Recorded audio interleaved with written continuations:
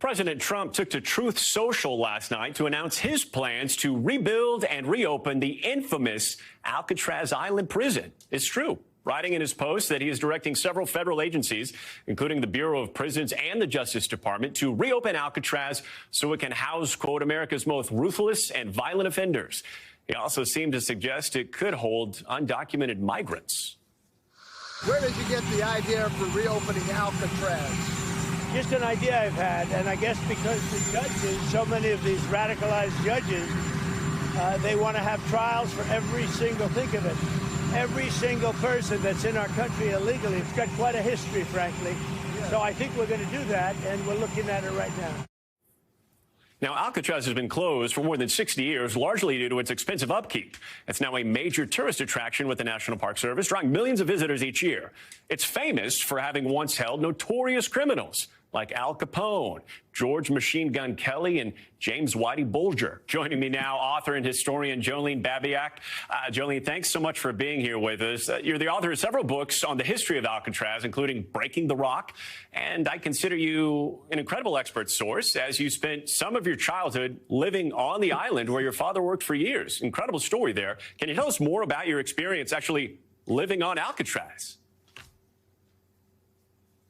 It was a wonderful experience, as hard as that is to believe. There were about 60 families living on the island, about 75 children. We were 1.25 miles from San Francisco, so we hopped on a boat every day and went to school in the city. So, you know, it was a low-crime neighborhood. Big surprise.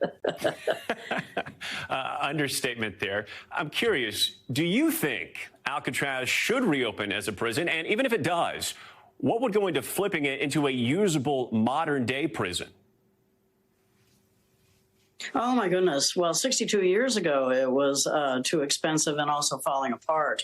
You have to remember the building was constructed by military prisoners from 1909 to 1911. They weren't the most professional construction workers around, and so the building was always somewhat compromised. By the time the Bureau of Prisons came in 1934, it was already an old institution, and certainly when it closed 29 years later, it was in essence falling apart. And now it's 62 years after that, and it's still in very bad repair. Real quickly, if this was to happen, Jolene, they would essentially have to start from scratch, right? Yeah, it would seem so. I'm not the expert on the buildings, but it would seem that they would have to. First of all, there's no water on the island, and there's no sewage treatment. So you would really be starting with very, very expensive propositions. And, you know, you'd probably have to start from scratch, rebuild it. Of course, we can't talk about Alcatraz without mentioning the attempted escapes. Many tried, none definitively succeeded. Or did they? 1962 escape by the Anglin brothers and Frank Morris. This is the one, of course, I know you know this, but they snuck out after leaving papier-mâché heads in their beds. Then they used a makeshift raft that spawned all sorts of theories. I love this. The FBI officially concluded that the men drowned. But the bottom line here, Jolene, they were never found. So I'm curious, where do you land on this one? Well, you know, you have to really understand that men did not come to Alcatraz because of their crimes. They came there because of their behavior. And it was the top prison. It was the top of the pyramid.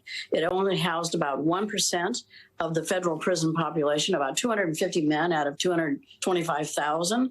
So you're talking about the worst behaved prisoners in the system.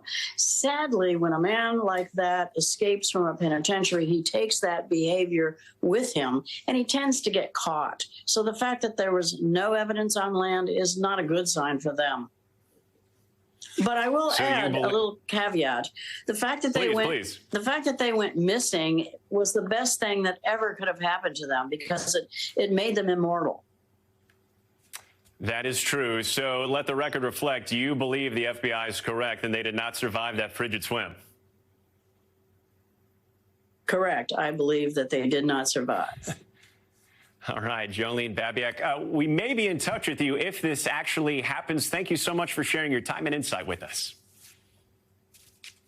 You're welcome. Thank you. Thanks for watching. Stay updated about breaking news and top stories on the NBC News app or follow us on social media.